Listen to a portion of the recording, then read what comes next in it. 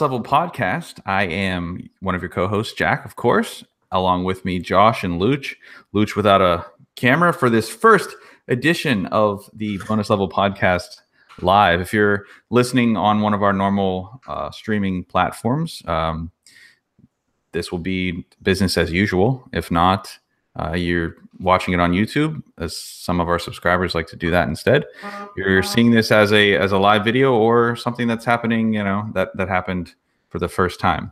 And thanks for joining us, Josh. Thank you for having your webcam. Appreciate you. Yes. Luch apparently didn't get the memo. Okay, he didn't get the memo that live meant live. So I when you said live, I thought you meant like live audio streaming, not video streaming. That's my bad, guys. You will see my beautiful. In his defense, we always say that we're live, even though we've never done anything live before. That is true. I was mistaken. I will be on next week. You will see my beautiful face. Perfect. Well, we're gonna hold him to that. Anyway, this week we have a epic throwback episode. We have a nostalgia episode that we're gonna be just talking about anything that takes us back, from games to movies to music to all sorts of stuff, and hopefully we're gonna have a pretty interesting conversation based around that as far as that goes. But before we even do that, I just want to make sure that for those of you that are watching live, if anybody's just hanging out and watching, if you post anything in the chat on YouTube streaming is a little interesting. So if you post it in the chat, there is a delay. So if we see it and it's something that's super pertinent to the conversation, we may bring it up. Otherwise, we probably will leave everything to comment on until the end, just so that our listeners on SoundCloud and iTunes, Google Play, and all that aren't kind of taken away from the actual conversation itself. So yeah, I just wanted to throw that out there. But anyway, Josh, how's your week been? It's been good, man. How was your Thanksgiving? Thanksgiving was awesome. I was in Arizona. I think I talked to you guys about this last week, right? Before we actually left. Yeah. I was in Arizona with Nicole's family, and it was a good time. I played golf on Thanksgiving in the middle of the desert at this like amazing, gorgeous course. Did you post that picture of the golf course? I didn't. Actually, I have a bunch that I'm going to post probably this week. I was going to say we could have our man pull it up for us. Yeah, I didn't post it. It looked really cool. Like it was just desert with green grass and splotches all over the place. Literally, cool. Like it was like I was playing in the middle of the desert. The only place for the ball to go was the course. Like if you literally hit it outside of the hole, like you were out in the desert. I saw a coyote. I saw road runners. It was like it was a cartoon up in there for sure. That's awesome. Yeah. Slinging anvils and everything, using an extremely dangerous weapon. Acme. That's it.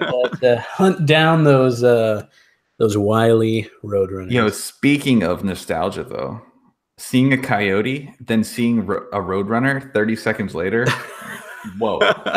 My childhood, I was just like, man, what is this? What is happening? Right? Oh, dude, it's crazy. But the other day, my kid, I can't remember which.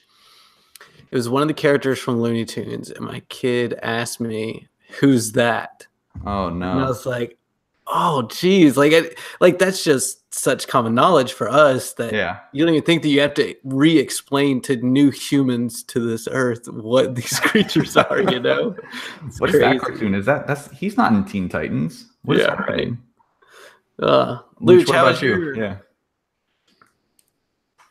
Well, my Thanksgiving was pretty good. I'm kind of upset that you asked about Jack's Thanksgiving before mine. Okay. I'll let that slide. Here at the Bonus Level Podcast, we do not care about Jack's. I wanted to break the host curse. Yeah. Thanks, Josh. I appreciate you. It was good. It was good. Went to go see some family. Had some good food. And yeah, I mean, it was pretty good. We went up to Georgia to see my wife's family, and that was amazing. Love Georgia. I was going to see my buddy Josh, but he was too busy to see little old Luch. Wait, I don't think that's how that happened. I don't think that's how that went down. I think let's let their imaginations run. Oh, okay. Is that what we're gonna do? Josh and Luch met for a nice evening. That's funny. Down at the Olive. At the Olive Garden? You guys went to Olive Garden without me? Oh, no, my we God. Up there in Georgia. That is. Oh my God. So I do have to ask: have you guys seen the Detective Pikachu trailer? Yes. What? Have you seen it? I don't know. Please elaborate on this trailer. So for those of you that haven't that have been living under a rock for the past 2 weeks on the internet, they have a live action Pokemon movie coming out, Detective Pikachu, starring none other than Ryan Reynolds as the voice of Pikachu. And this has sparked a great debate over whether that's a right choice, whether that's a smart choice. I know, what do you guys think? Texted me once I sent him the trailer, and he was like, "Dude, why did they not get Danny DeVito to play Pikachu?" He's like, "That'd have been so much better." Just I saw that as a meme. He would have been perfect. Danny DeVito. The only reason you need to watch that trailer is to see Mr. Mime. That's it.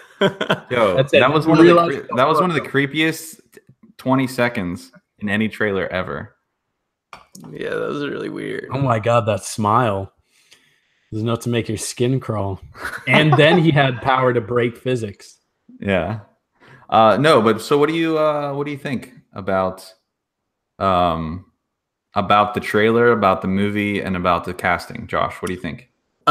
So first off, any movie that's done right, I'm a fan of. If they do good with it. I mean, because like, for example, I've been a big Dragon Ball Z fan for a very long time, always hoping that somehow it could be made into a live action movie. Anytime they've ever done anything with it, it's turned into total crap.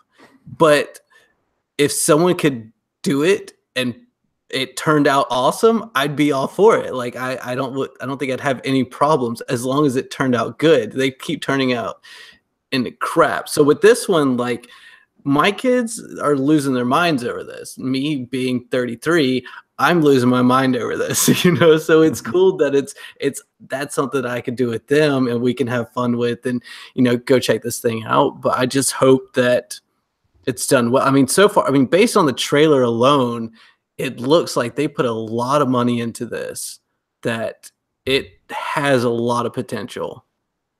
Yeah, no, I agree with you. The only problem is that, like, I almost feel like every trailer for any movie, like, it makes it look good, right? Very rarely do you see a trailer and you go, "Oh, that looks really bad." I mean, sometimes, I guess every once in a while you do, but in general, you know, you see a trailer, it makes it look good, and then it comes out and you're like, "Wow, all the best parts were in that 30-second trailer." There was nothing else.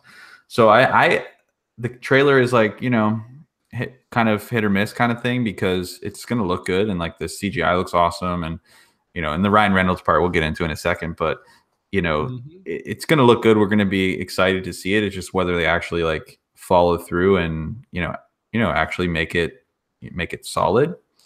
Luch, what do you think about the casting choice? I mean, I don't know anybody else in there other than Ryan Reynolds.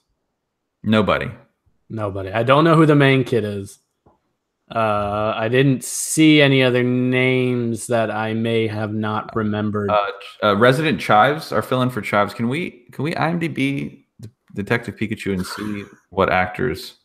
Absolutely, but I did notice. I don't know if you happen to see that. The Charizard is voiced by a 1980s Godzilla.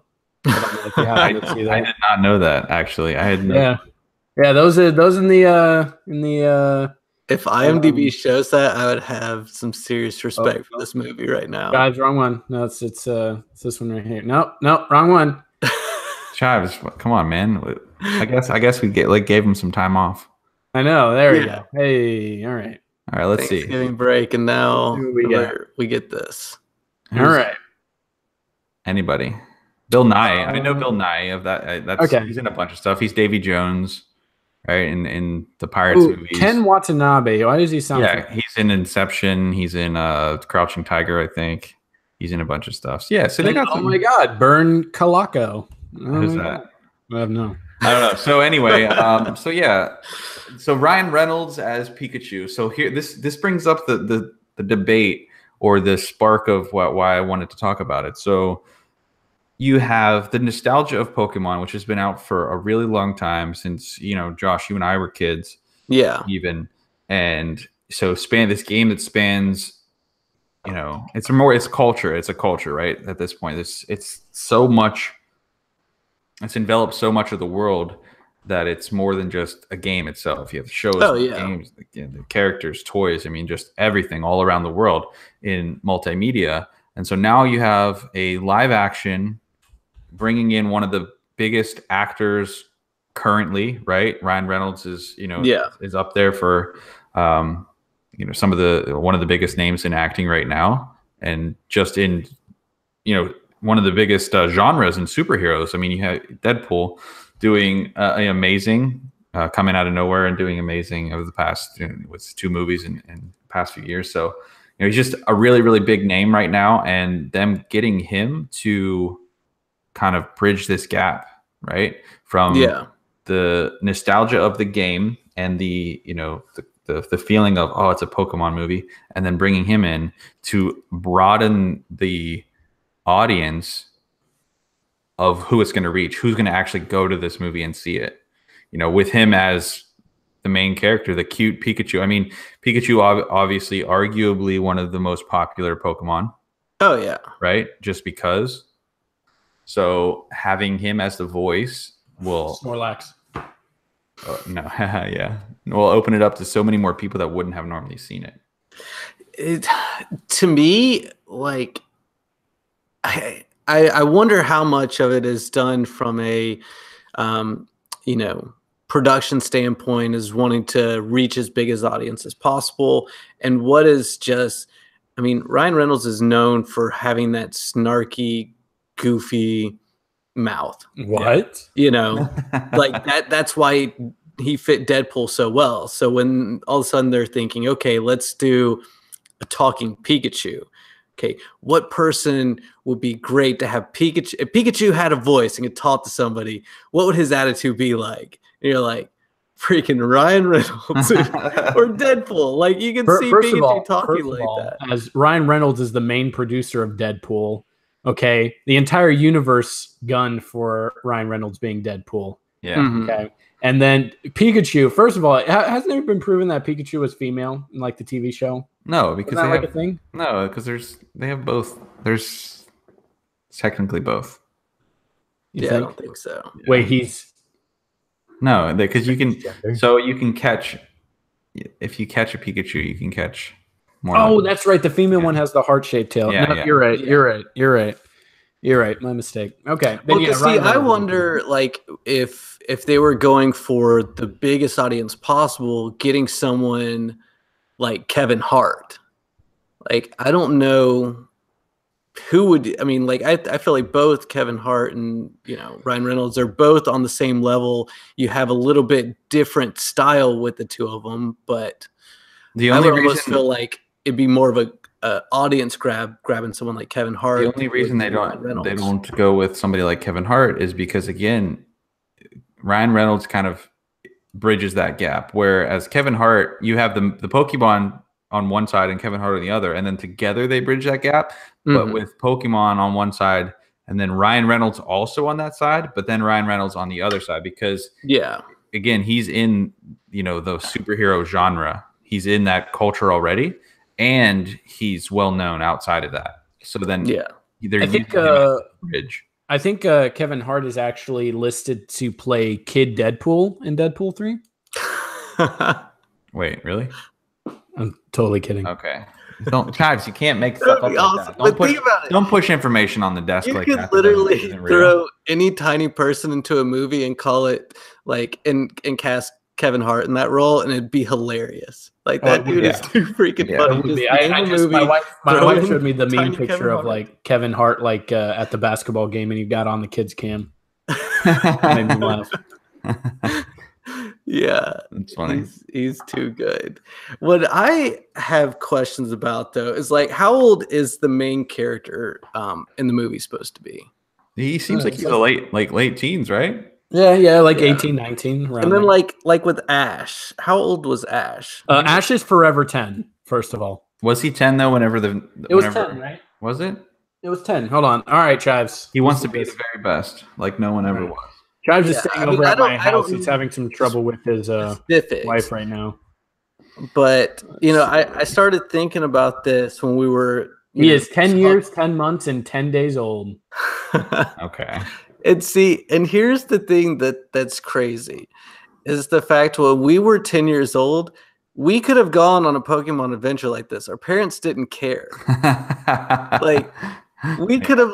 That's what I did when I was 10 years old. I went into the woods with and scavenge for stuff. I would find like rocks to beat on trees and string to tie stuff together, and I would build forts and go on adventures, and then come back home 8 hours later, and it was no big deal.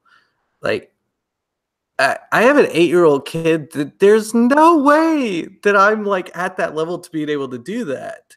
And I know that you guys don't have kids, but I mean, do you kind of see what I'm talking about? That there's a big difference in the way that like we were at 10 than the way the kids today are at 10?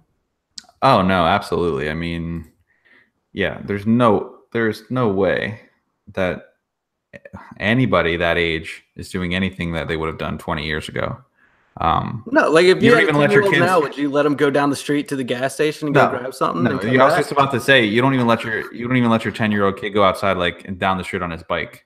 It's just not, that's not a thing. And so that's why, and this is he's going to be a little older, No, but what changed there? Like, what do you mean? What changed there? I mean, we live in a culture of fear, of hatred, of violence, of all sorts of things, and that's why nostalgia is so fun, and that's why everybody loves nostalgia, because you think of a time whenever things were happier / simpler / better in general, right? And so doing that, thinking about that kind of stuff, and it kind of takes you out of the, well, I can't do that now. I can't send my kid down the street, by himself. I wouldn't dare. I mean, in the same token, technology has a lot to do with it. Whenever we were that age, the word cell phone wasn't even a, No, that was the thing. Like now it would actually be easier to send them out in the woods by themselves, because it's like, take this iPhone, just make sure you don't get it wet. Like when I call you, answer and come back home. Like back then I would go down the street. My mom could have screamed all day long and I wouldn't have heard anything. I was out there. Yeah. And it was just like, okay, it's starting to get dark. I need to find my way back home through the woods without a map, a compass, anything. Like any of this. It's crazy. I don't know. Like I've been thinking about this a lot today, trying to figure out like where that kind of separation was from. And I think where my theory with it, at least, is, back then it was kind of a little bit normal, and it was kind of a gradual thing as well, where you kind of, you can let the kids play in the front yard. From there, they can now play in a neighbor's yard. Then once you kind of know some more neighbors, then it can kind of spread out a little bit more. And then it, the range at which they can go can grow and grow and get out further. And then all of a sudden, like, I'm not exactly sure where that gap was, but it became weird to let, your kid or whatever roam out. And so you never had that initial, like, I'm sure if, I let the kids play outside without me being out there. Like I've gotten to the point where I can do that now, where it's like, hey, you want to play on the swing set in the backyard? That's cool. I don't have to be outside. I'll normally go peek out the window every couple of minutes, but I don't have to be physically outside. And 16 is a great age to let your kids swing on the swing set. So, where's that number come from? Am I missing a reference? Sorry, Chaz went to go get his cup of coffee. That was just speculation. Okay. But I mean, we can't all be with you guys. I mean, what would you guys have to play with when you were kids? Like sticks and rocks, kick the can. Yeah, that was it, and it was awesome. Yeah, like that. Imaginary that was all everything. That I needed. You guys play some nice Dodge Rock. Some beat the small kid with the stick. Dang. I don't know about all that, but you guys might have had a wooden pogo stick. I don't know, but maybe I had a lot of things. On my note of like being a kid in nostalgia, like the 90s was the best year for toys. Okay. The best year. I don't know if you know this or not. This is I know that some people can get it kind of messed up or whatever, but the 90s, that was a decade. That was 10 years, not just one. I know. I knew you were going to say something snarky like that. But yeah, no, it was the best decade for toys. You guys remember shoes? You guys remember when like Super Soakers, like were like really getting in there, and you guys got like the 6-barrel one, and it like had like the sling, and you're running around with that. And then like I just remember having my my big wheel trike with like the little drift tire things on them. Like they're kind of like what they had now, just made of plastic. What about Nerf guns? Yeah, Nerf guns I feel like Nerf guns have evolved very. Now you can get like fully automatic Nerf guns. Back then, you just shot 3 arrows and had to go pick them up. Exactly. And they were suction chasing it. It's the same thing with Super Soakers. With Super Soakers, with me, I was a small kid, but I wanted the biggest, baddest thing out there. So I go and buy the $50 gun that once it's full of water, I can't even lift it, let alone pump it. Yeah. And then I get it he's like 6 years old. He's just like the thing's like 2 times the size of him. And you get the adult to pump the water gun for you. You put on the backpack and strap. You pull the trigger once, lets out a giant burst, and then you're done. Yeah. And the little kid with the dollar store squirt guns, like, oh Jesus! Oh my gosh! I was a dumb kid. But like, yeah. Actually, the Detective Pikachu trailer and that whole thing, Ryan Reynolds, it leads me to the kind of the downside of nostalgia, right? So unfortunately, because media is so heavy in today's like culture, marketplace, all of that, you have this, on one hand, you have this gap of the people that love Pokemon and the culture that's there, and then everybody else seeing it become a live action movie. So all of these people get to come together and watch this movie, and everybody gets to kind of get that Pokemon Go feeling again. You remember when that came out, and everybody just crazy. I mean, there's the meme that's like we'll never have world peace like we had whenever Pokemon Go came out, or that's the only way that we're gonna get that back.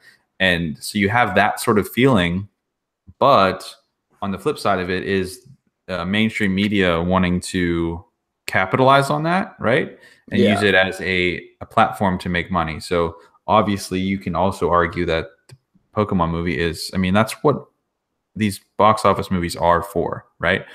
It's all a way of making an enormous amount of money to fund another project, to make another enormous amount of money. Like it's just appropriating that same thing. Not to say that we don't go enjoy them. Like I'll definitely go see it. I'm excited about going to see it. Yeah. But at the same time, you have the flip side of it. And the uglier side is that you can see it clearly that nostalgia is exploited every single day for monetary gain.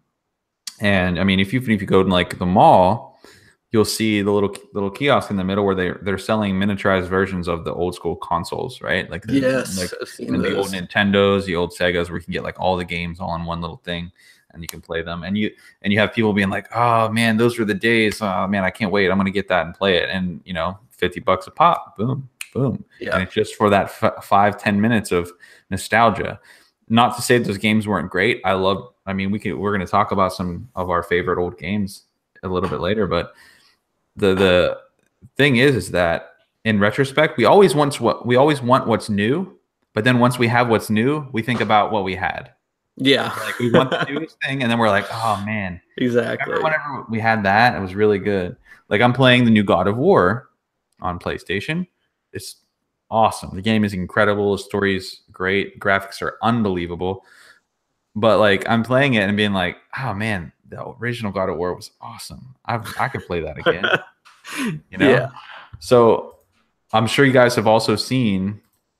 Oh, hold on, Jack. And God of War, real quick. Yeah. What gameplay type do you feel better was for God of War? Do you feel like kind of like the top down view look compared to the God of War 4 one? Which one did you feel was well, so I'm only like maybe 20% into the new one, but the over the shoulder is way more serious as a story driven. Yeah. Whereas the originals, like the top down kind of feel like, I think it's like more like, it's not over the shoulder, it's more like third person. It's like, so yeah, I guess it's top down third person. Yeah, it's top down third person. It's not like League where you're like no. But it's definitely you're definitely spectating. Yeah, you're definitely spectating over the shoulder. But I really you can see a lot. I like that though. I did like the I like the original, but that's more for like button mashing fighting. Yeah, for sure. Because this one is more story driven and more RPG like. Yeah. So it depends on what kind of like what you're looking for in the game. If you're looking for a more story driven gameplay, or are you looking for just like, but that's the thing, like God of War 4 didn't really bring the nostalgia for me though, because like it didn't, or did it did not no feel like an old God of War game. No, it felt like it felt fresh. Yeah, it was new, but at the same time though, like the character, the combos, like all of that stuff, you're just like, oh man, I remember when I used to play the original, and like all that was really cool. Look at the whips and stuff, and it's just sweet. But yeah, so that brings me to first of all, Jack, they weren't whips, they were chaos blades on chains. Yes, okay? I understand.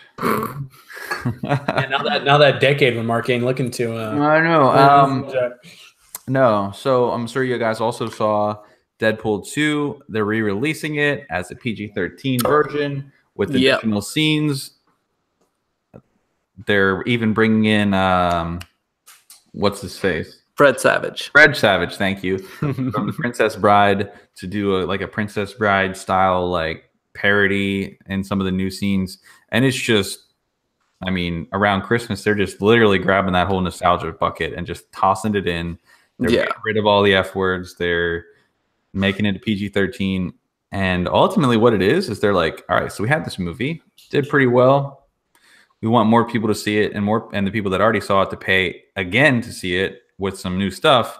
So we're going to re-release it, repackage it, and blah.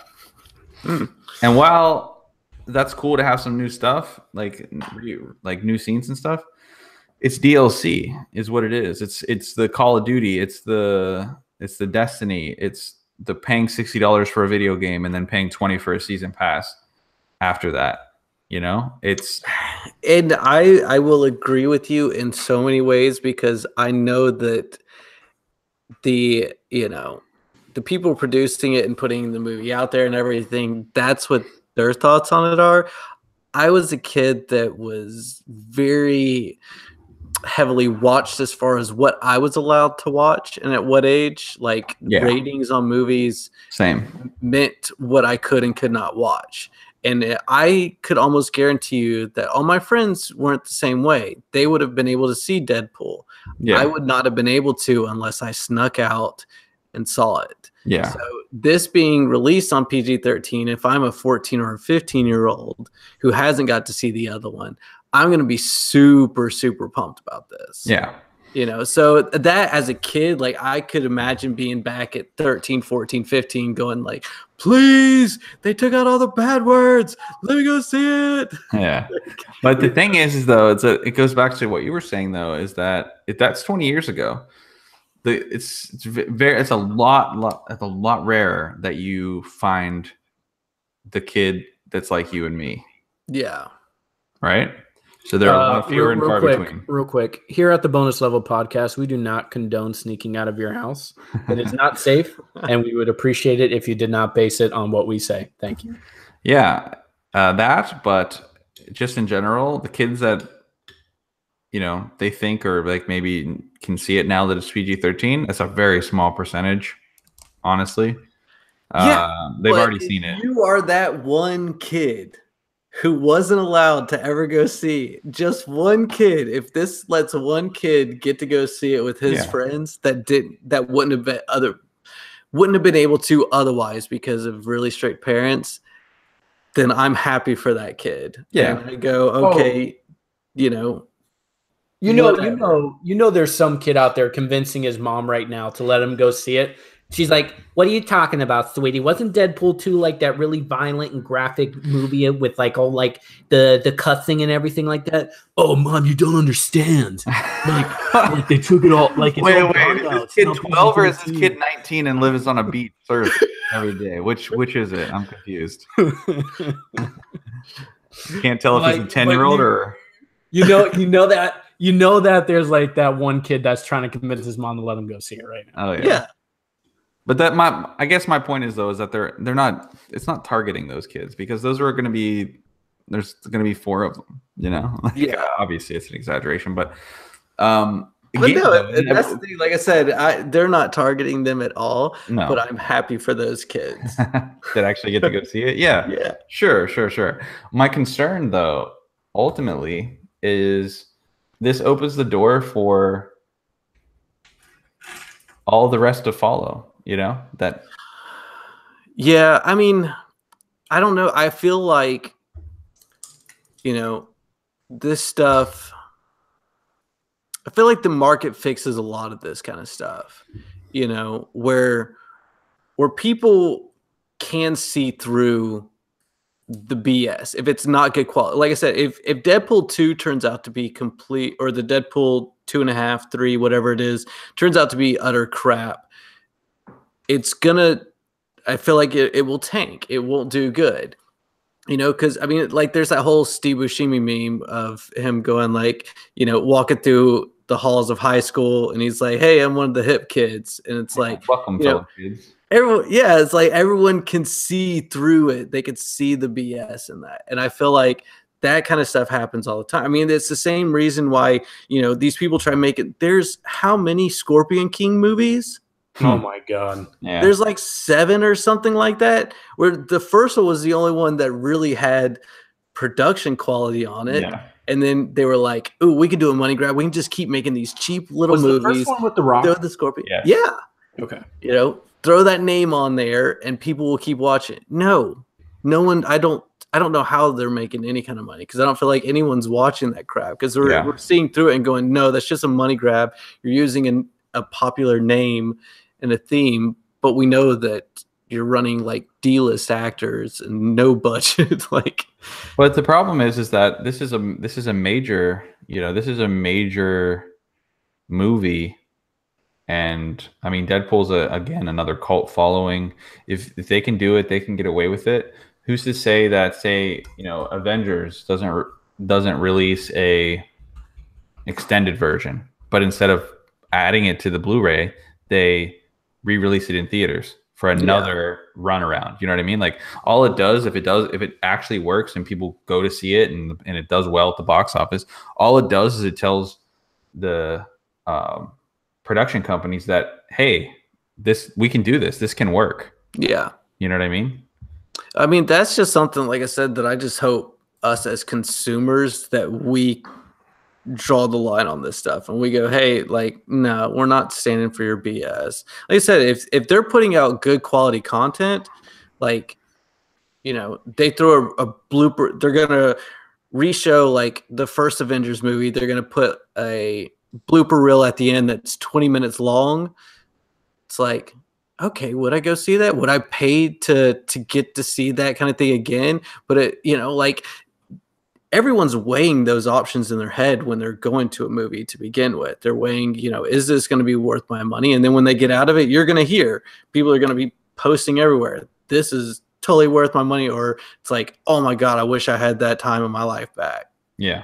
So I'm hoping that people as a whole can reel this thing in, Unfortunately, people as a whole don't have a good track record. Hey, quick question. So it just brought up my nostalgia. The Scorpion King. Yes. Was that tied into the Mummy? It was. The Scorpion King played by the Rock character, was featured in The Mummy Returns towards the end of the movie, and everybody liked his character so much. As the CGI, right? Yes, like that weird CGI. As the CGI Rock. Mm-hmm. So wait, did the Scorpion King come out before The Mummy Returns or after the Mummy No, after. Way after. Yeah, it was like a year or two after. Okay, so the Scorpion King was initially... It was introduced in The Mummy Returns. Gotcha. And so even the first Scorpion King was a spin-off. Oh my god. It was a total, spin-off of the actual movie as a money grab. And then they're still trying to grab it with the Scorpion King 7. Yeah. Return of the Sand Scorpions. Right. So hang on. Was Dwayne ever in The Mummy Returns as a character? Like, did they ever show the Scorpion King? It was just the CGI. It was him. Yeah, it was him. It was him in like in one of those suits, and then they CGI'd him. Okay, so but then in the Scorpion King, the movie, that's when he was. Just making sure. Which the Scorpion King movie is actually really good. Yeah, saying. It's good. So that, even though he turns out to be a bad guy. Doesn't he's good in the Scorpion King? No, in the end, in the Mummy. Oh, yeah, because he was an actual scorpion by that point. Yeah, he was a fucking half human, half scorpion, weird. Yeah. Well, I'm saying he turned into a weird scorpion god guy. Yeah. So turned into Mr. Krabs. What? So honestly, though, like, what do we really think that this is going to stop here with Deadpool 2? No, of course not. No. Yeah. Unfortunately, right? I mean, and that like I said, for nostalgia and nostalgia's sake, it's a double-edged sword because, again, we constantly yearn for the newest, the best, the most expensive, and then as soon as we get it, it's let me revisit. Let me see about what I had. Let me go over it. Let me play it again. You know what I mean? Like, and at the end of the day, the nostalgia is left better in your head for a lot of those things, because then you go use it, play it, see it, and you're like, it's not as good as I remember. Yeah, right. I can tell you the biggest one with me though, and it's where I can really tell that I'm getting old, is the fact of even though like I do my band of the week each week, most every band that I'm recommending aren't new bands. They're not bands that just came out. These are bands that have been around for the past 20 years. I'm just introducing you guys to them. Yeah. And so like all the time I'm saying, man, there's no good music anymore. Like I like music like back in the day, that kind of thing. Like I'm saying that all the time now. Right. I'm like, oh God, I'm so old. like kids these days have no idea what music is. Like back in my day, that's when all the good music was. What's funny is that's what all the adults and grown-ups said whenever we were listening to music in our teenage years. They're like, the bands in the 80s, those old. Those were the ones. Yeah, hearing that same kind of stuff.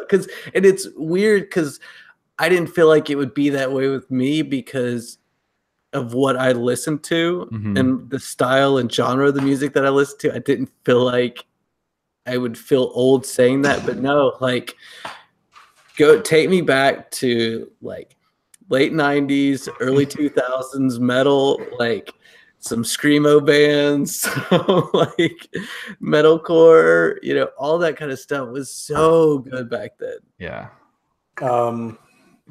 Which, were you alive back then? Nope. I was alive for the Jonas Brothers. You loved them, didn't you? I did. I went to a concert. Let me tell you this story real quick about how I went to a Jonas Brothers concert. All right, so I was like maybe God, how old was I? Maybe like 13, I think. 13. I think I was 13. So this was like what? 2016, 2015? 2 years ago. Anyways, so I'm in a podcast with a bunch of like 50-year-olds. Yeah.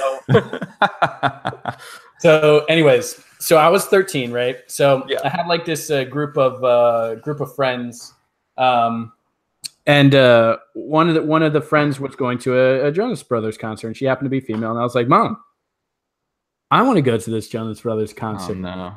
And then she's like, okay, but I'm going with you. And I was like, oh. So is that a yes? She's like, yeah, as long as I go with you. I'm like, cool. So it's over at Ruth Eckerd Hall. You know, my grandmother got us some into the VIP section. Nice. Anyways, so it was Jonas Brothers. It was Jonas Brothers introducing for Jesse McCartney. Oh my god. God. Oh my god, I can't stop laughing. Anyways, so it's me and my mother there, right? So I see my friend. She's with her girlfriends, right? And so they end up going to like the front end. So I'm sitting in like the middle row with my mother, right? As the Jonas Brothers about to perform, right? And and so I'm with my mother, and one of the Jonas Brothers brings up my friend onto the stage and starts dancing with her, and she ended up like crying like so bad, and she was like bawling her eyes out like, oh my god, yeah. I love it. And so I'm sitting there with my mother and my crying friends in the VIP section at the Jonas Brothers concert. And that's when the Jonas Brothers banged your date. No, that's when I became the fourth member. At 13. Inappropriate. Yeah, so you're the long lost Jonas brother. Is that the moral? I'm actually Frankie Jonas. It's nice to meet you guys. I thought your name was Luch. I've been hiding it from you. Yes. Luciano Jonas, brother. I have to say, like, growing up, my music experience was really weird because I've talked a little bit about the strict upbringing. Mm-hmm. We weren't allowed to have a lot of music, especially listen to the Jonas Brothers. With that wasn't really around when I was little. It was kind of like upper teens, and by that point, I had already found decent music. See, at my age, it was Hanson. Yes, with the bop and all that kind of stuff. Like, yes. And to me, what was funny is like when I was a little kid, it was actually pretty cool to me. Like them or Backstreet Boys. I had a Backstreet Boy cassette that I listened to while rollerblading down the street. Like that was the kind of like goofy stuff because I didn't have. Like, I couldn't get online and explore music or anything like that. It was whatever was on the radio or whatever. Like, Jesus Christ, you're so. Like, I didn't have friends with whatever. Like, here, take it, listen to this band or anything. It wasn't until like the internet was around that I was actually able to start exploring music. So yeah, my really early stuff was oldie station because my parents did like oldies, so we listened to like the Beach Boys and the Monkees and all that kind of stuff. Josh, can I ask real quick? Yeah. You guys have a pager? A pager? I never had a pager. Jack, you're quiet. Did you have No, I never had a pager. So upset. Next time you come in as our LG rep, you have to have a LG pager on, like, and just like look down on it. It would be pretty cool. I didn't get a cell phone until I was 18. Wow. I was around the same age. Yeah. So, music wise, I mean, this, I guess we can kind of, Josh, you want to talk about, our twist on Band of the Week. We thought since we're doing this whole nostalgia episode that we, instead of doing a Band of the Week, we would just kind of talk about some of the bands that defined our childhood, our adolescence, right? Oh, I mean, I could walk you through like a timeline of, it's the way that I best can remember my childhood is like what music I was into at what time. Yeah. Like starting with, when I was only listening to oldies. And then when I first got my own boombox that I could have up in my room and I could play, radio stations. What was a local radio station? But even then, like I didn't branch out much other than the top music. Wait, you didn't have a boombox? No, Josh. When you said boombox, I'm imagining you in like the 80s with the sweatpants and the sweatshirt with like it opened up a little bit and like a sideways hat with some shades up on his shoulder. Up on his shoulder. Well, I had my starter jacket. Yes. But I used to record songs off of the radio onto audio cassette. Yes, that's how you make your mixtapes. Mm-hmm. Oh my god. Well, the thing was though, I couldn't walk around with my boombox because I had to plug it in the wall. So I could walk like back and forth in front of the window where it was plugged in. I bet your guys' mind was blown when the cassette player came out, and then the CD player was like, "Whoa!" When I got a portable cassette, when I got a portable cassette player, dude, yeah, that was like a birthday present for you fools. Yeah, it was a birthday present. Was like a cassette player with headphones. It was like Sony Walkman. And then I did. I had that the one from Home Alone. Yes. And you could do the slow voice and the. This is Mr. McAllister, the father. Oh my God! Absolutely, guys, your age is showing right now. Oh man! And whenever I was in high school, I eventually from middle school graduated to a CD player for high school. Yeah. Or a single CD, I would go through about 6 batteries a week. And the school that I went to, I actually had to go through metal detectors every morning, and they would confiscate your CD player if they found it. Damn. So how'd you guys hide it? Did you do it like Mexican cartel style? No. You know what I did? Put it in my lunchbox. Hey. That's awesome. Wait, can it not be detected through your lunchbox? No, they search your bag. You go through the metal detector, they search your bag.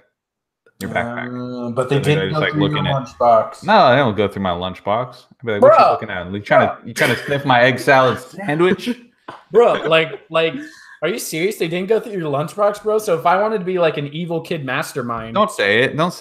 This is a bad environment just to talk about. Well, hopefully they what you're going to talk about. Got smart over the years. They're like, how is all this bad stuff happening in this school? I just can't figure it out. Everybody's just sneaking stuff in their lunchboxes. It all started with Jack and his CD player. It's my fault. My bad. Sorry. Oh man. Dude, hold on. Nostalgia real quick.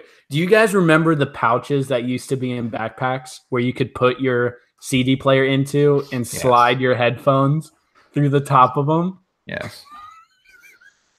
Yes, I remember that very vividly. I have a request, Luch. Can you just, for the rest of this level, can you just talk like that 19-year-old, 10-year-old surfer? I think that really embodies your childhood. My name's Chet. And guys, it's awesome to be here on the podcast. Thanks for inviting me. So tell us about the music that you listened to growing up. What was your Mr. Jonas Brother. Nah, man, I don't listen to that garbage, dude. From when I was a kid, man, it was all like the Red Hot Chili Peppers. We were just cruising along, listening to some Jimmy Buffett while my parents took me down to the beach and got me on my first wooden plank surfboard. It was good stuff, man. All right. I can't tell if you were actually being serious or not. No clue. He could be 100% legit, and I would have no clue. Chet, I told you not to talk on my podcast, man. Luch, man, you just need to stop, bro. But thank you for letting me crash on my couch, man. All right, Chet, you're gonna have to get it up, Chet, please. All right. Okay. Right. We're taking this show to the next level. I like it. We're introducing characters. Okay. Chet will be back. I'm sure he will. Be back. I'm sure. All right. So honestly, what kind of music? What was your defining band of your of high school? Oh my God. All right. So of high school, in all honesty, I didn't listen to that much music. In high school, that's like when the Xbox 360 came out. So a lot of great games were coming, like the first Gears of War and everything like that. So I was more into gaming a lot back then than I was into music. But in terms of music, a lot of what I listened to was like Rage Against the Machine. Oh, a lot of Rage Against the Machine. I like that. 3 Doors Down. Okay, well, you lost me. Kryptonite. Hey, come on, man. Kryptonite. Yeah, there we go. That's the thing. Like, I remember the time when I hadn't heard hard music, and I thought songs like 3 Doors Down or whatever was hard. Yeah. And then it was like, once you actually started branching over into these other bands, you're like, oh, okay, these aren't in the same universe anymore. Yeah, no. But at that time, because that's the thing, like, it doesn't take much when you're 10, 11, 12, 13 to feel cool and badass. Like one little tiny thing. I never felt that. Just wear it. I mean, put on your hat backwards as a kid, and you're like, "Oh yeah, I'm super cool today." You know, I just got a new jacket or whatever. It's like that was all it took for you to like feel super cool. So yeah, I mean, sometimes with these different bands, I mean, hell, people loved Nickelback when they first came out. It was only like later on that like people actually said, it's but yeah. So Three Doors Down, Seven Dust. Rage Against the Machine. Yeah. Like Seven Dust. Hometown. I was really big. I was really big into not like the band Van Halen, but like Eddie Van Halen when he started coming back, and then he made the Wolfgang guitar from I think it was PV. I thought that was like pretty awesome. And that's pretty much what I listen to. Just like a lot of like alternative rock. Alt rock, yeah. Did you like were you still a kid for Breaking Benjamin? Or was that kind of like later, like college years? I liked later Breaking Benjamin. Okay. Yeah. That's when I started getting into like that and Five Finger Death Punch and stuff. Okay. All right, Josh. So what about you? What about it's like?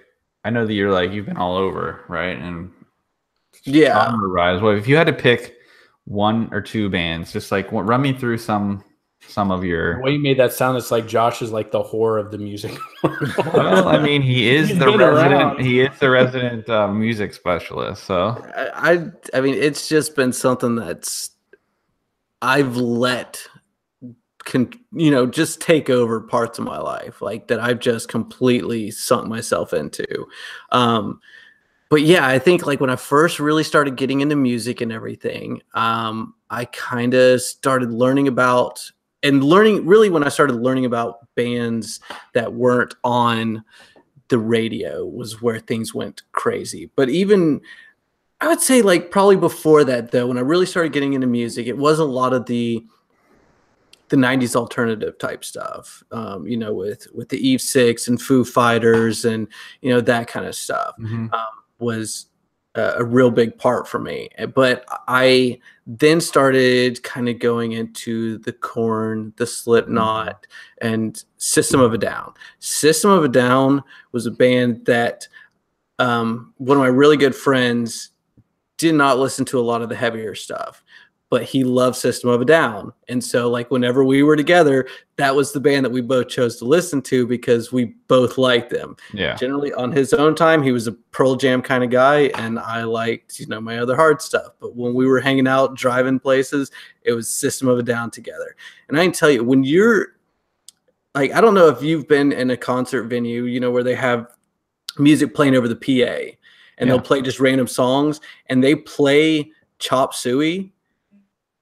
The entire crowd stops what they're doing and every single person will sing that song. Yeah. Like that song right there has like bridged every generation. Like it's absolutely insane. Well, it's because it's a meme now.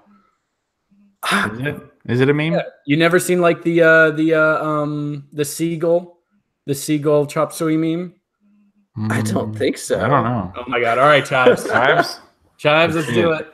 That's the thing. I mean, that song is how old now? I mean, probably about 20 years old. Like, not quite. Right? It was 2004? 2003. 2003 or 4. Okay, so 15? Yeah, close. There we go. I mean, that's the thing.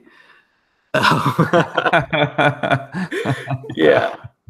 Okay. But that's the thing. I mean, that may be what's kind of bringing it back up. But the fact is, when it plays, people sing their freaking heart out to that song. Like everybody loves that song. Like I don't know.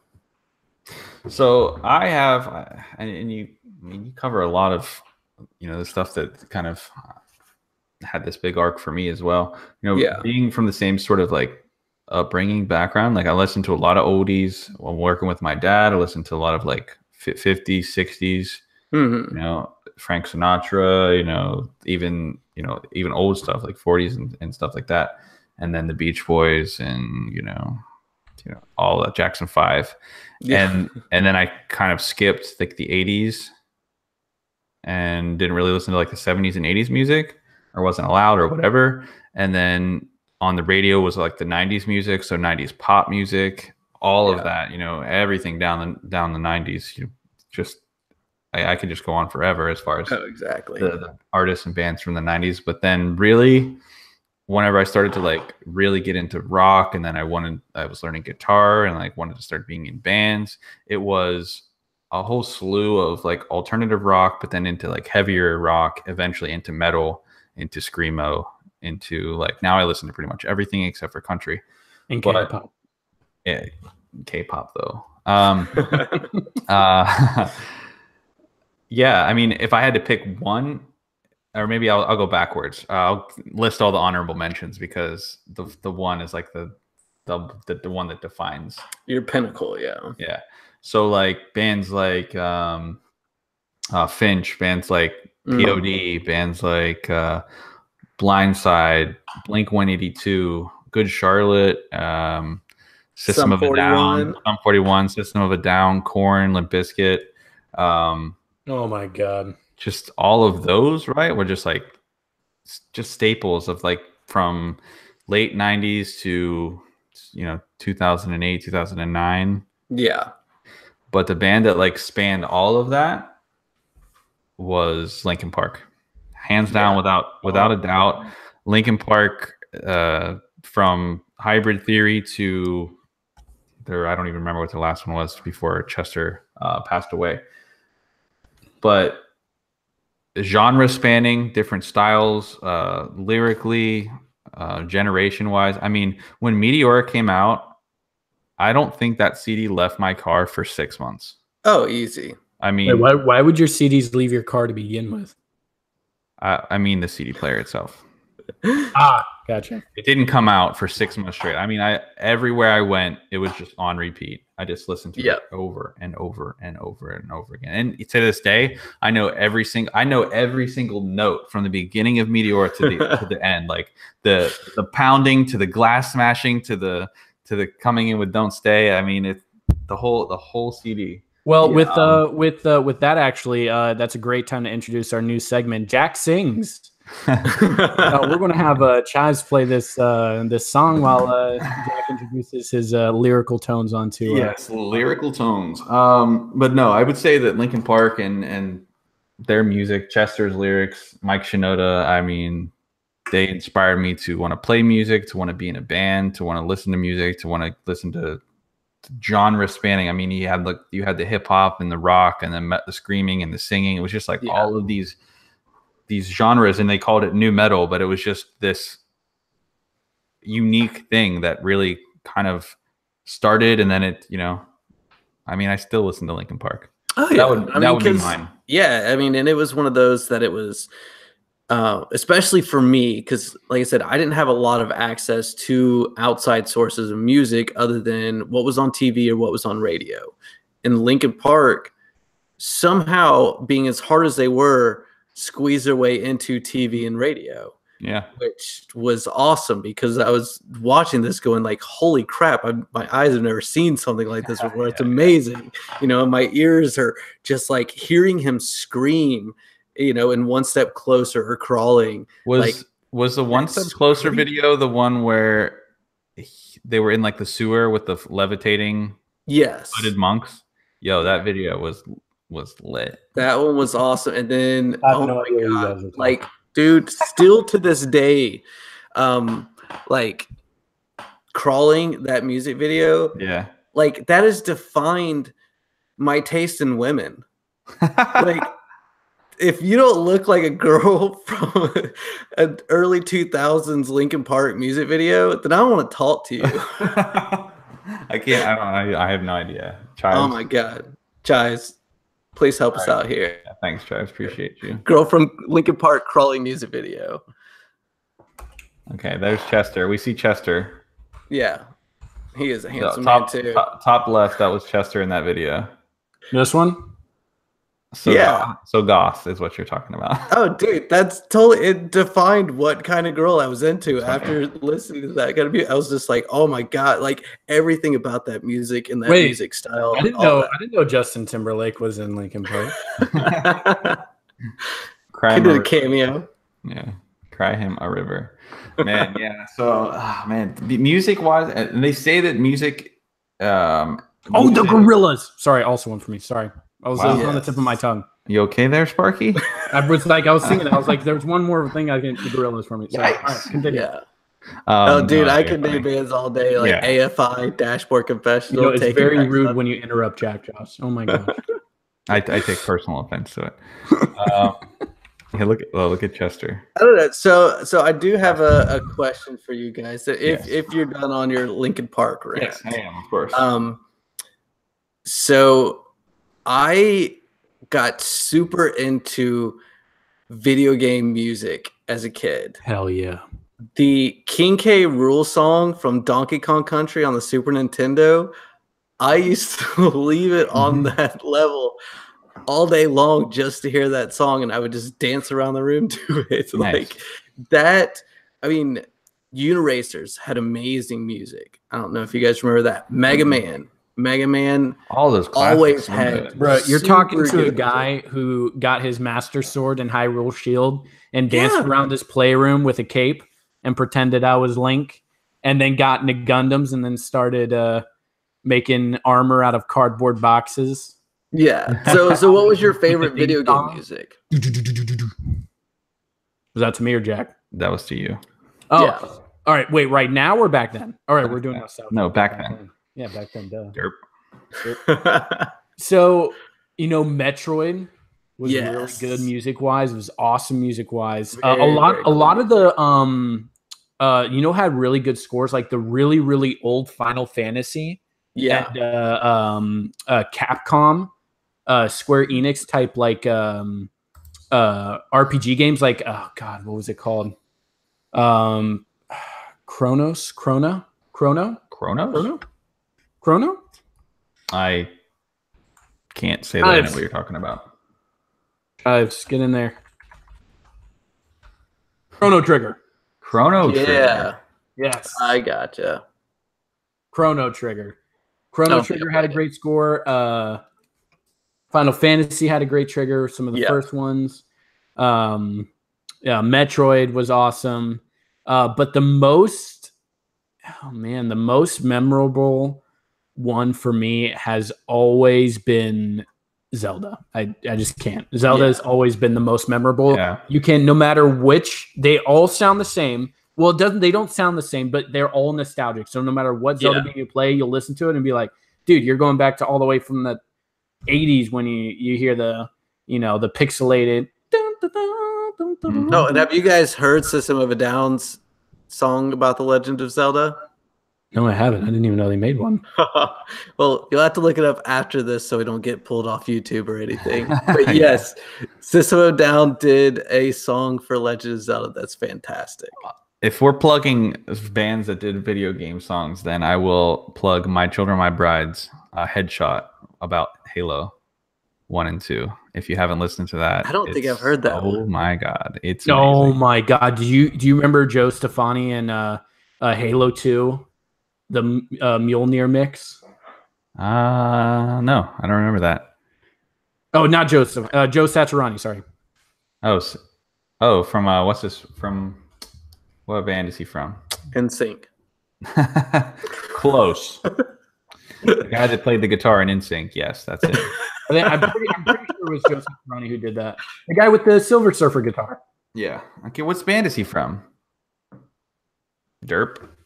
I don't remember. I don't know. So we're gonna have to send these links to each other so we can all check out these songs, and then we'll have to post the links. Yes. In our description. That's what it was. Joe Satriani taught Steve Vai, who did the Halo song. That's okay. Okay. There we go. We'll post links throughout the week on our Instagram. If you don't follow that, you should. Yeah. We'll post links to all the stuff that you can watch and be nostalgic with us. So let's bring this full circle, because we started with the Detective Pikachu and the culture that is Pokemon. Mm-hmm. So video games. We've all been playing video games forever. Yeah. Mm-hmm. Some of us a lot longer. Some of us were born, a few years ago. Some of us have been playing since the 80s. So what kind of games really take you to a nostalgic place? Now, I'm not talking that game was super good back then. I'm talking about a game that really hits you in the feels of whether for like I'll go first. So for example, my number one nostalgia game that always gives me like the best feeling of maybe childhood or just fun times is GoldenEye 64.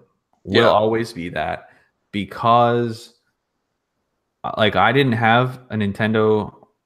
I was always like 3 consoles behind. So like my cousin always got the brand new ones, and then like I would always get the old one. So like when 64 came out, I was given Nintendo. Right? So when I finally got Nintendo and I was playing Super Mario, he was playing Super Mario 64. He was playing GoldenEye 64. So that was my very first shooter game, was in GoldenEye 64, and I only got to play them when I was at his house. So I remember going to his house and staying up super late. Playing like all the different team deathmatch with the proximity mines and rockets and golden guns and like all the different stuff, the different levels and the different characters, and then taking that, and then I got really good at it, and then I was playing, and then I would play with like my friends whenever I got older. But like that's the one game for me that is the most nostalgic. Ladies and gentlemen, by the way, you are talking to the 1994 Blockbuster Championship GoldenEye shooter. If you are going to say it, you best say it right. It is the one-time 1999 EB Games GoldenEye 64 Pennsylvania champion. That's me. Beautiful. Glorious. Look him up. You'll find him somewhere. If anybody in Pennsylvania, you might be able to see it in your local history. Look it up. It's in the paper somewhere. So for me, there's 2 different levels of nostalgia. So I'd say my first one is going to be being young and playing with friends, playing mainly Super Nintendo. I would say things like Donkey Kong Country, playing things like Battletoads and Double Dragon, playing Uniracers, Mario Kart, that kind of stuff. Like that, the multiplayer, like playing that with friends was the real, like, you want to take me back far. Yeah. The other one would have been GoldenEye Conker's Bad Fur Day. Oh my god. Those two, the original Grand Theft Auto. When we had like 4 people in someone's basement that we'd all go over and spend the night at someone's house, all playing on the TV with split screen. Yeah, that's the nostalgia time. Yeah. I feel that. The introduction to the attractive anthropomorphic animal figures. What? You don't remember Conker's girlfriend? Oh, yes. Okay. And then, like, didn't it end with, like, Alien, too? Like, the Alien movie? Maybe. I don't know. I think that's how it ended. I don't remember. We never, or at least I never really played through the single player. It was always the 4-person was incredible. They had this mode called the beach. And so 2 of you could be teddy bears, and you could man either the machine gun turret, the sniper tower, or you'd have a rocket launcher. And so you could either be in one of 3 towers. And so you couldn't be in all of them at once. And then all these teddy bears all these little squirrels would try getting from the beach into the bunker. It was like, a horde mode kind of game. Yeah, like kind of a D-Day, World War II kind of thing. And so the squirrels running to the bunker, they didn't have weapons or anything. You just had to run and dodge and stuff like that. And so so we would take turns. Oh my God, dude, it was incredible.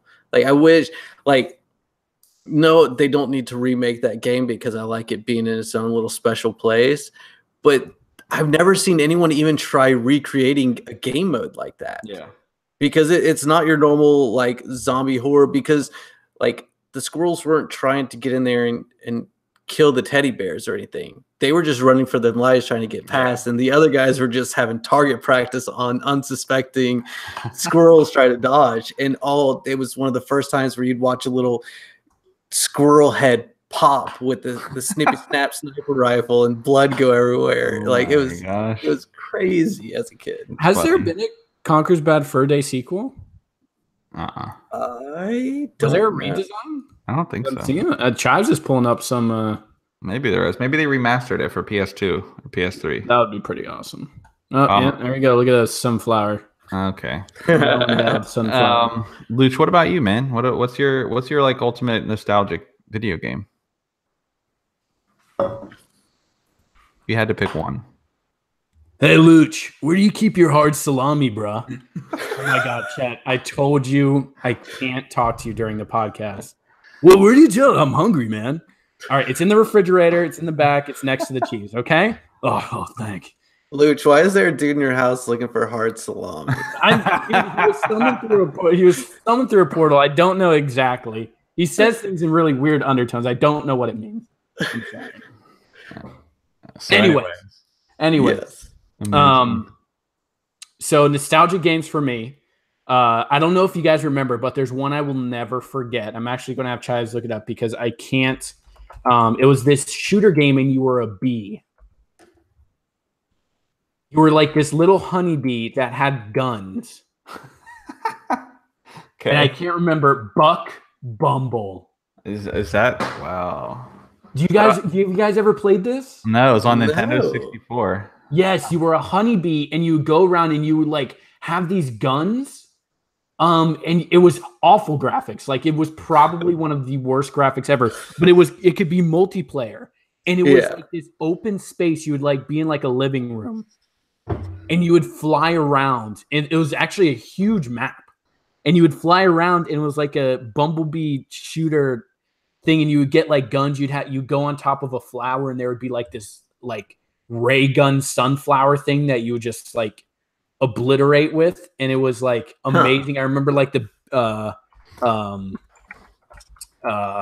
basic gun you had, and it looked like a stinger, but it was such a fun game. Buck God, Bumble. Buck. So you're telling me that your number one nostalgic video game of your life is Buck Bumble? I just said I could never forget this game. It's always in my head, and I can remember it like it was yesterday of playing this game. Like that's all I'm saying right now. But my favorite and most nostalgic game that I can still play today is Super Smash Brothers. Yes. Because that is a game that I have always played ever since I was 7, sitting down with friends. And I don't know how I forgot about that, because that was right along with the Conquerors and the GoldenEye was Smash Brothers. Like, I came into that game so late.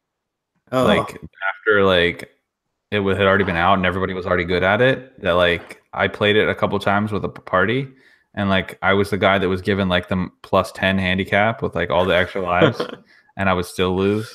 And I was just basically just like I was just inting. I was just feeding the whole time. It was so funny because we'd always play, with friends.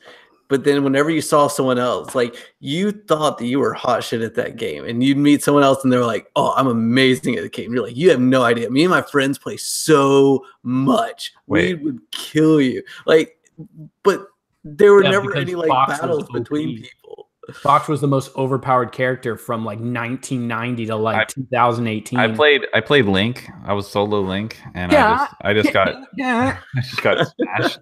Jigglypuff was the best. Oh my god, Jigglypuff was. Why are you cheating? Why are you cheating? Because it was just kick so him fun. Kick him off the edge, and you drill them down into the ground, and then you would do your little fall asleep move, and it would. Yeah, it would one shot. It was almost as bad as Ness. Yeah, it was awesome. Ness because you had to play Jigglypuff just right, because otherwise she was a little poof ball, and you could easily toss her off the edge. So sad. She took a lot of skill. Jigglypuff was a Kirby that had like Captain Falcon's Mega Punch.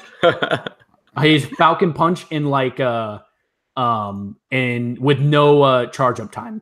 Can we talk about how they've taken Super Smash and made it into this like monstrosity that there's like characters from spanning all different games and all different like move sets, and it's like there's like a meta game for it now. First of all, Super Smash Brothers is mainly Nintendo characters. They do have Capcom. right? They do have, Mega Man. They do have a Snake.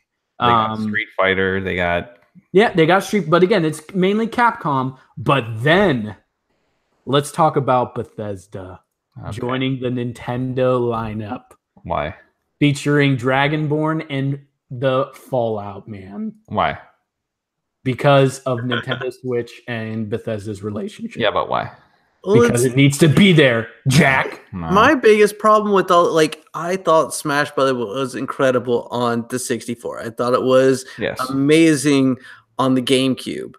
But then Nintendo keeps doing such weird crap with their consoles and their games and they're very innovative when it comes to their style game. Like Nintendo Switch is just one of those game systems. Like if I have a party over at my house, I would want the Nintendo Switch on because it has some of the best. Nintendo Switch still believes in like the split screen or the screen shared multiplayer family on the couch type thing. Remember when you would sit on the couch with your friends fighting over who gets to play next? And then you would start doing your own little tournaments with Super Smash Brothers and lining them down. Yes. That doesn't exist anymore because it's all online play. But for the most part, with the Switch and everything, to me, I would have to go out and buy a Switch just for Smash Brothers. I don't know if there's I don't know. And to me, that's just, it's too much. Yeah, no, I definitely, that's why I was saying, that's why I brought it up. Cause it's just they're constantly just adding things to it, and it's almost like League of Legends at this point. Where, but it's not a bad game. It's not a bad game. It's got a great following. Mm-hmm. And I don't know. Super Smash Brothers is just one of those games that I think will take a very long time for it to die, and it's probably the greatest game that has ever held its resale value at the highest because it's the only game that always goes probably up. So. Even the last Super Smash Bros. That came out for the Wii, that thing was so expensive. You could only find it for $80. Mm-hmm. Yeah, it was crazy. Yeah, no, I'm not taking anything away from you because Super Smash definitely was one of those throwbacks. It's just one of those ones that's because it was so popular, because it's able to it's been ported from console to console. But let's keeps coming out. Let's talk about some of my two others, all right? And the big one. And I know you guys have played this one. Mm-hmm. And if you haven't, I'm sorry. Okay. Like Bee Shooter Man? Snap. What is it? Pokemon Snap. Snap. No, didn't play it. The camera taking game of Pokemon? Mm-hmm.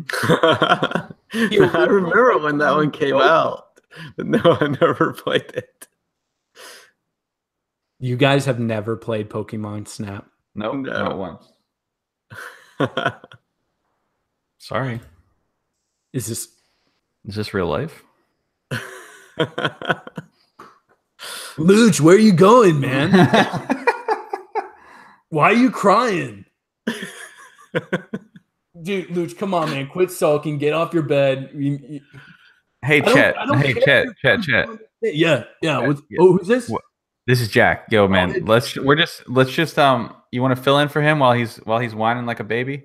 We'll just wrap things up with you. I'm gonna fill in for you real quick. Jack said it was cool. Go for it. Okay, cool. Thanks, Chad. I appreciate you filling in there because hey, no problem. I'm happy to be here. Hey, actually, speaking of that, what are you doing next Tuesday night? Next Tuesday. I might still be crashing at Luch's. I lost my job. Okay. All right. Well, you worked at the surf shop, right? No, I was a car detailer. I got fired from the surf shop before that. Okay. All right. Cool. Yeah. No, if you're not busy next Tuesday, I'll hit you up. You got a cell phone? No, but I got my pager. Oh, okay. Cool. I'll hit you up on your pager. Well, we might need you next week too. Okay. All right. Yeah. That'd be totally wicked, dude. All right. Thanks, Chet. Appreciate you. It's Chet. Yeah, that's what I said. I thought you said Chad. A lot of people confuse that. I just like to, make sure. No, Chet. Nobody can forget your name.